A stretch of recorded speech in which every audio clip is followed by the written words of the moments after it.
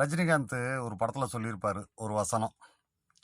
இன்னும் என் வாழ்க்கையில் என்ன கொடுமையெல்லாம் நான் பார்க்க வேண்டியிருக்குமோ அப்படின்னு. கலிகாலத்தில் என்ன வேணாலும் நடக்கும்னு சொல்லியிருக்காங்க. நானும் கேள்விப்பட்டிருக்கேன். அது இப்போதாங்க கொஞ்சம் கொஞ்சம் புரியுது ஒரு சிலர் பேசுகிறத வச்சு. ஒரு 2 மணி நேரத்துக்கு முன்னாடி பத்திரிகையாளர் சந்திப்பு. அதில் ஒருத்தர் பயங்கர ஜீனியஸு அரசியலில். அவர் சொல்கிறாரு, டெண்டர் சம்மந்தமாக ஒரு விஷயம் முறைகேடுன்னு சொல்லி ஒரு விஷயத்த சொல்கிறாரு. சொல்லும்போது அவர் என்ன சொல்கிறாருன்னா, ஏங்க எனக்கு பத்திரிகையில் வந்ததும் இணையதளத்தில் வந்திருக்கதையும் பார்த்து அதன் அடிப்படையில் நான் சொல்கிறேங்க அப்படின்னு சொல்கிறாரு. யார் எதை பற்றி பேசக்கூடாதோ அவங்க அதை பற்றி பேசுவாங்க.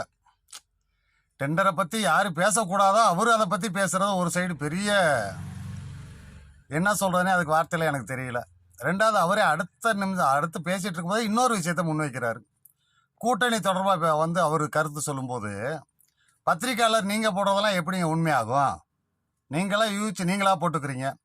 நேர் எதிர் முரணான அந்த ஒரு மாற்றி பேசுறதுக்கு ஒரு நாள், ஒரு காலையில் ஒன்று சாயந்தரம் ஒன்று மாற்றி பேசுனா கூட பரவாயில்லைங்க. லைவாக ஓடிட்டு இருக்க ஒரு நிமிஷத்துக்குள்ள 2 பார்வை. அதாவது இவருக்கு தேவைப்படுறது டெண்டர் முறைகேடில் பத்திரிகையாளருடைய தகவலை வச்சு பேசுகிறேன், உண்மைன்ற அடிப்படையில் நான் பேசுகிறேன் இணையதளத்தை வச்சுன்னு சொல்கிறாரு.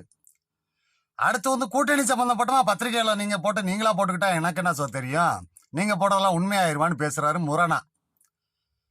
ஸோ எப்பாடியோ என்னத்தை போய் இப்படியெல்லாம் ஆளுங்க இதெல்லாம் மக்கள் கேட்குறாங்க, இதெல்லாம் புரிஞ்சுக்கிடுவாங்க, இவங்கெல்லாம் நம்புவாங்கன்னு நினச்சிட்டு இருக்காங்களே.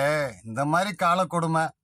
டெண்டர் முறையெல்லாம் பற்றி பேசுறதுக்கு யார் பேசக்கூடாதோ அவங்க தான் பேசுகிறாங்க. ஒவ்வொரு சப்ஜெக்ட் இவங்கெல்லாம் இதை பேசுறதுக்கு அருகதை இல்லைன்னு யாரை நினைப்போமோ அவங்கெல்லாம் அதை பேசுகிறதான் கலிகாலம்னு சொல்லுவாங்க போல்.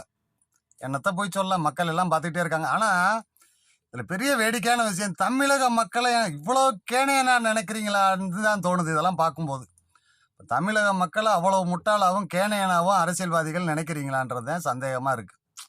என்னத்தை சொல்ல.